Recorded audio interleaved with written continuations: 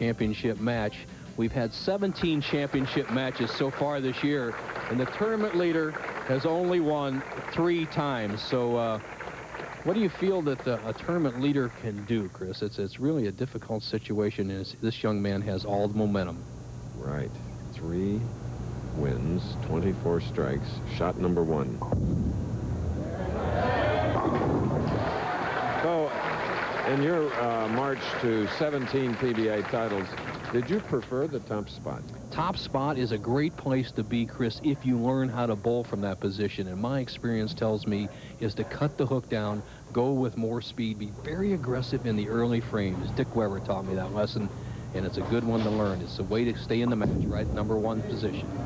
And D'Entremont did just that, didn't he? Beautiful shot. You're right, Pards, and look at this style. He takes the full approach, 5-step delivery, a big, powerful guy with a powerful game, and he keeps getting better and better. Look at the height of the backswing, but look at everything in position. Watch him drive with that right foot, the good deep knee bend. A classic style in the cranker mode. High in the middle of the approach, low at the end. He starts with a strike.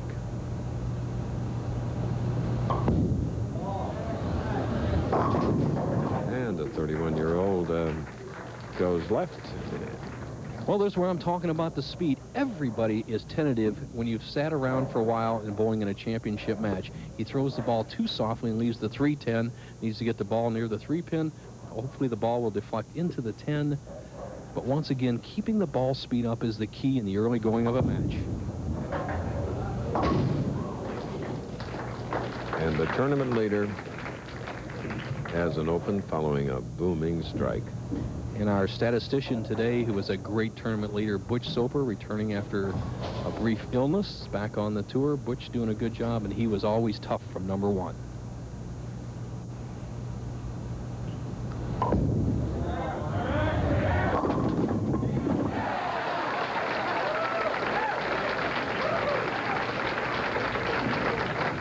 When you win, you have breaks in any sport. Agreed, and he's loose. Look at the deep knee bend. To see the real solid follow through, the snap of the wrist. The head pin goes to the sideboard. The 5 gets driven straight back. He's off to a great start, and that's been the downfall of the tournament leaders. They can't get out of the gate. Here we see it once again after just 2 shots. D'Entremont is trailing by 22, and it could be 32 if Eric can throw this strike.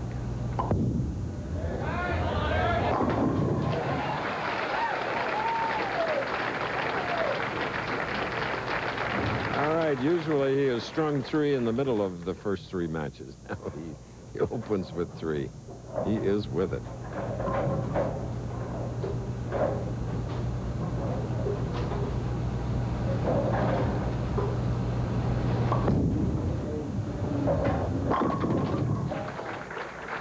Important strike for Dave D'Entremont. He's improved each year since '89, and for him there's a simple explanation.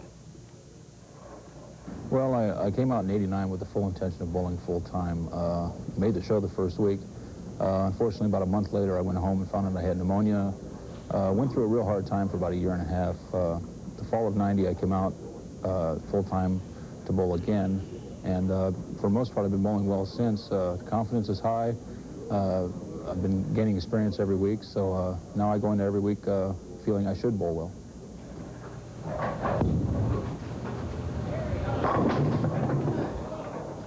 Oh, how he needed that double there, Bo. You're right, Chris, and a bad break. He bows the 5 right behind the 7, and you know, watch the pin action. The ball is so strong, it actually knocks the 5-pin behind the 7. If it wasn't quite as strong, he'd have struck. The 5-pin goes shooting right behind the 7-pin, the 4 in front of it. An awful break in the 4th. But he steps right up and fires away. The Seattle Open will continue at Skyway Park Bowl after this.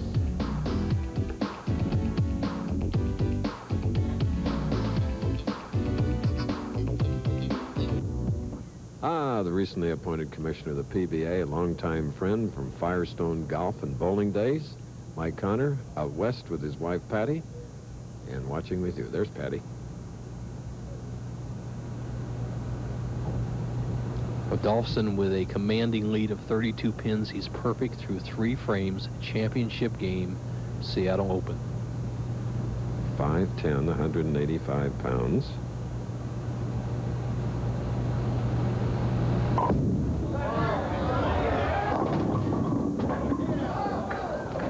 Leaving a 2, which he's very familiar with today. Agreed. As you see the ball coming towards you, if you were looking out, if you were a pin boy circa 1950, this is what you might see. But you wouldn't have seen that kind of pin action. In 1950, that would have been a 2-8 spare. The pins weren't light enough or bouncy enough to carry out the 8, and it's made it a much easier shot and a much easier game to knock the pins down. Okay, continuing to mark. Eric's opponents have only averaged 181 against him, as he's averaged 224 for the day. And since this is our 30th year, Chris, I've looked back 20 years to see the scoring in the championship round through 17 weeks. 1972, the average score in the championship round was 209.44. 1992, 209.88. So nothing much has changed in 20 years except the names. Good point. Fortunately, the total money has changed considerably, but I think not enough. Agreed. The players and Mike Connors, who we just related to, are working to rectify that. A spare that this young man is familiar with, the 10-pin. Missed it once today, converted the other times.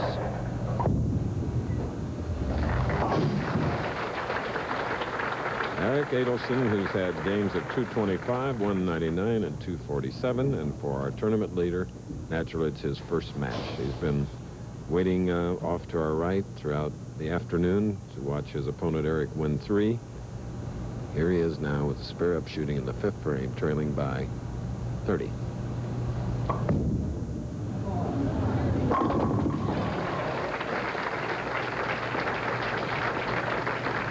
There's his wife, Sylvia.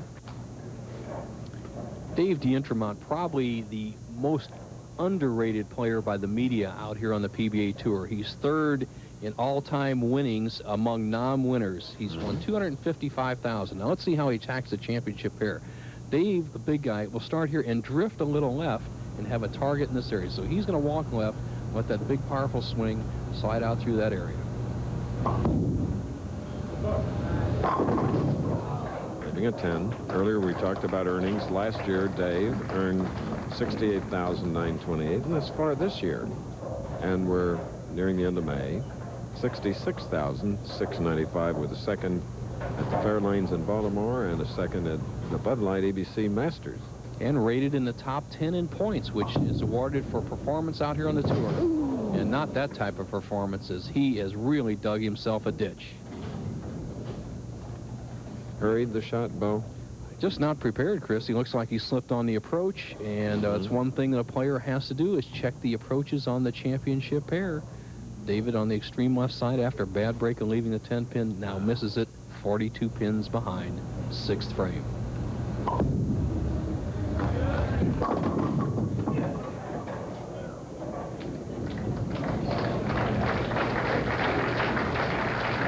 Started with 3 strikes, pair of spares. Now a single pin, the 4-pin for Adolphson. He can make those single pins. He has not had a double wood spare since this 2nd match. This is his 4th.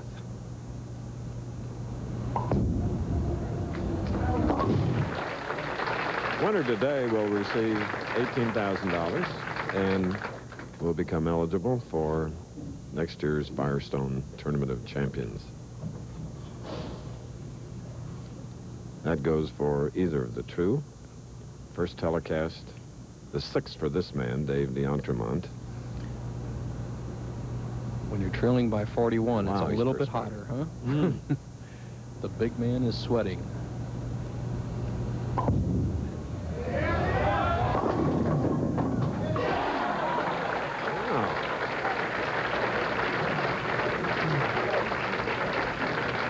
You know, Bo, our producer Carol Letty and director Larry Camp said I could wish my sister Florence a happy birthday. Does Florence live in Bippus, Indiana, Yep, partner? on the Homestead Farm. And Carolyn, Ernie, and I wish her the happiest and many more.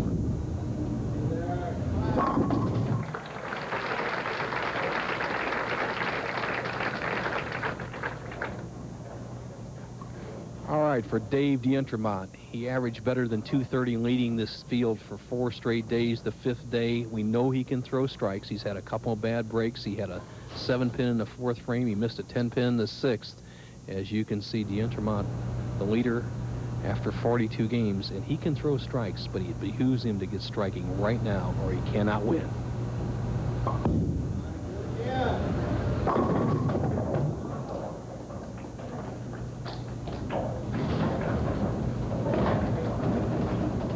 Going back to what I was talking about, how to lead a tournament is one way, as you see Ted Gladley and his good friend and college mate Eric, who has a tournament, and if he can mark.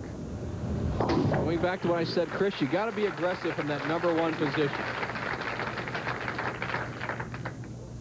And Dave D'Entremont is 0 for 4 in strikes on the left-hand lane, and that's been his downfall. He had a 3-10 split, a 7-pin, a 10-pin, which he missed, and now a 4-pin.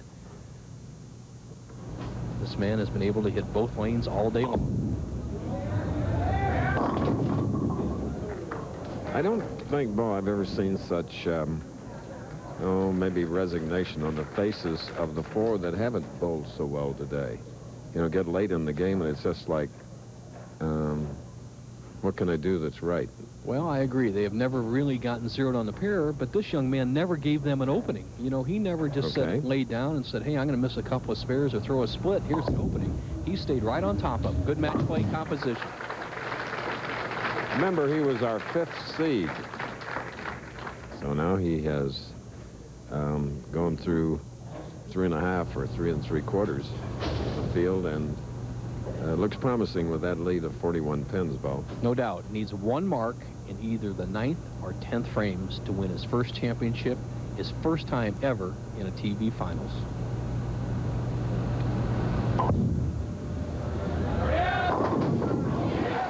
We said 3 of 17 tournament leaders have won. 4 have won this year from the #5 position. Very interesting. And all 3 of those tournament leaders were consecutive weeks. It was Hamilton in Peoria, Forco in Erie, Pennsylvania, and Bob Learn defeated this man in Baltimore. So it's been very streaky.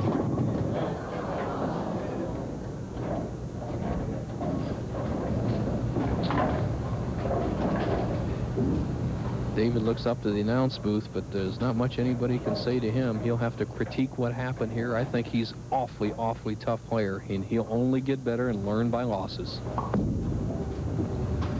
And he's 30 years old, and he knows how to get into the money side of this game, as we told you earlier, with 66,000 last year and already this year that amount.